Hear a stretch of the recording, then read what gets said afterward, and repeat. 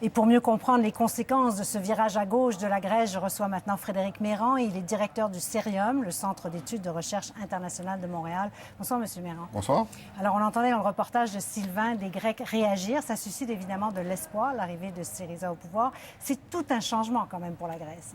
Oui, le problème, c'est que Tsipras a fait deux promesses qui sont possiblement contradictoires. D'une part, il a promis d'éliminer ou en tout cas de diminuer la dette que les Grecs entretiennent à l'endroit des autres pays européens. Et d'autre part, il veut mettre un terme à toutes les réformes, certaines très dures qui ont été mises en œuvre depuis 4 ans. Le problème, c'est que pour obtenir un rééchelonnement de la dette ou une diminution de la dette, il va devoir faire davantage de réformes pour plaire à Bruxelles, pour plaire à Berlin aussi. Et donc, c'est un peu la quadrature du cercle. Oui, parce qu'en plus, ils ont promis beaucoup de choses. L'électricité gratuite pour 300 000 familles, soins de santé gratuits pour tous, rétablissement du salaire minimum, donc une hausse très forte du salaire minimum, réouverture du télédiffuseur public. Est-ce qu'il va être en mesure donc de livrer s'il doit en même temps renégocier la dette? À court terme, il va certainement mettre en œuvre plusieurs de ces réformes qui visent finalement à faire porter le coût de l'austérité moins sur les pauvres et moins sur la classe moyenne et davantage, par exemple, chez les riches, chez les armateurs, le clergé aussi, qui avait été moins touché par l'austérité telle qu'appliquée par la droite. Pas d'impôts non Exactement. Plus pendant toutes ces années. Donc ça va être sa promesse. Le problème, c'est que les lendemains risquent de déchanter puisque pour l'instant, la Grèce n'a absolument pas l'argent pour augmenter les dépenses publiques pour recruter 300 000 fonctionnaires, par exemple. Mais donc, pas beaucoup de marge de manœuvre. Mais est-ce que ça annonce pas des négociations très difficiles, justement, avec l'Europe?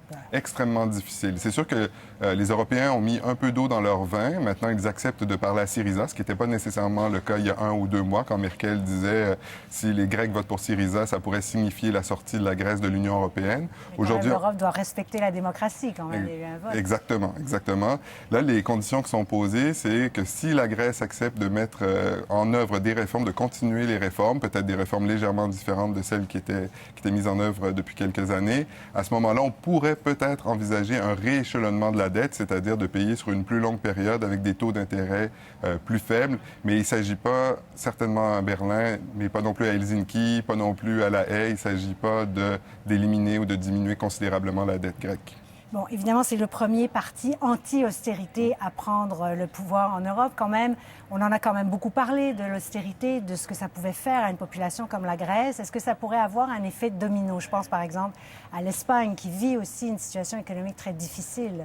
C'est sûr que beaucoup de partis d'extrême gauche, mais aussi d'extrême droite, comme le Front national en France, vont s'inspirer de l'expérience Syriza pour dire on peut monter un programme anti-austérité et faire tomber les partis traditionnels sur un programme essentiellement anti-Union européenne aussi, pas seulement anti-austérité.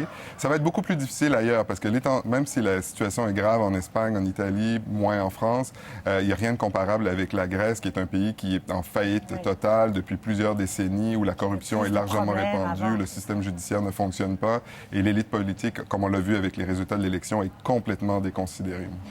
Mais ce n'est pas seulement donc les politiques d'austérité qui ont nuit à la Grèce. Je dirais, il y avait des politiques avant qui étaient... Le problème est largement endogène, propre à la Grèce. Peut-être que les mesures d'austérité demandées par Bruxelles pour sauver la Grèce ont empiré les choses. On peut avoir un débat là-dessus, mais à l'origine, le problème, c'est un problème grec.